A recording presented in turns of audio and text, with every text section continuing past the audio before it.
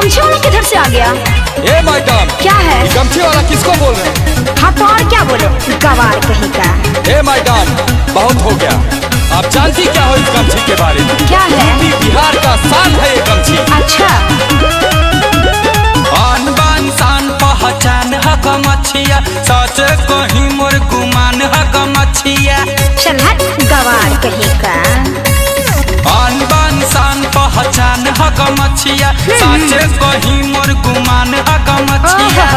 देखने में तुमको भले गवार लगते हैं, वो तो है ये हो। तोरा का पता है गमछिए से का? हम तो रंगदार लगते हैं।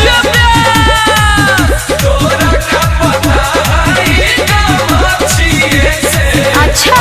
तो रंगदार लगते हैं। क्या मैडम? क्या है? समझें या और समझाएं? अरे हमको क्या समझाओगे?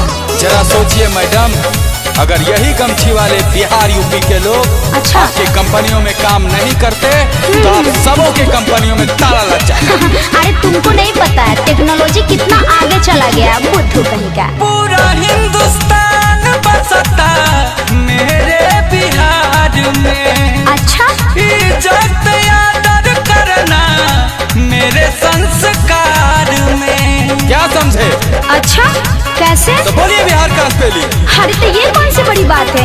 BIHAR। तो सुनिए, क्या है? बी से भारत, आई से इंडिया, एच से हिंदुस्तान, ए से आर्यावर्त, वात से रेवाखंड, और इसी बात का है मुझे घमंड। यारों के हम यार हैं, गद्दारों के गद्दार हैं, समझो ना हम तो गवार। तुम बहुत बदमाश हो। चलता न काम तेरा, होता नहीं नाम तेरा, होता नहीं यदि ये बिहार। गमछी में तुमको भले बेकार लगते हैं, तोरा का पता है गमछिए से हम तो रंगदार लगते हैं। यूपी बिहार। तोरा का पता है गमछिए से हम तो रंगदार लगते हैं। मैडम जी, क्या? इज्जत दीजिएगा तो इज्जत मिलेगा। अच्छा। और रही बात हमारी गमछी की, तो आप ये क्यों भूल रहे हैं क्या? कि जिस समय आपका कन्यादान हुआ था उस समय आपके पिता के सर पे जो ताज थी वो यही गमछी थी, और हम आपको इस गमछी में गवार लगते हैं। वाह मैडम वाह। ज्ञानी विद्वानों सुर वीरों का ये राज है।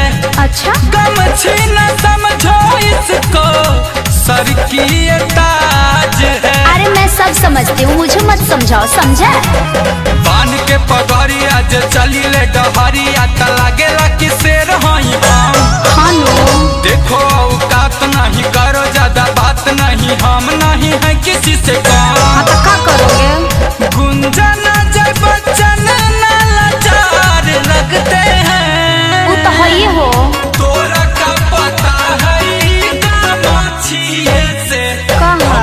तो रंगदार लगते हैं। ज्यादा स्मार्ट मत बोलो। तोरा का पता है गमछिए से हम तो रंगदार लगते हैं। अच्छे हो और सच्चे हो, एक बिहारी 100 पे भारी।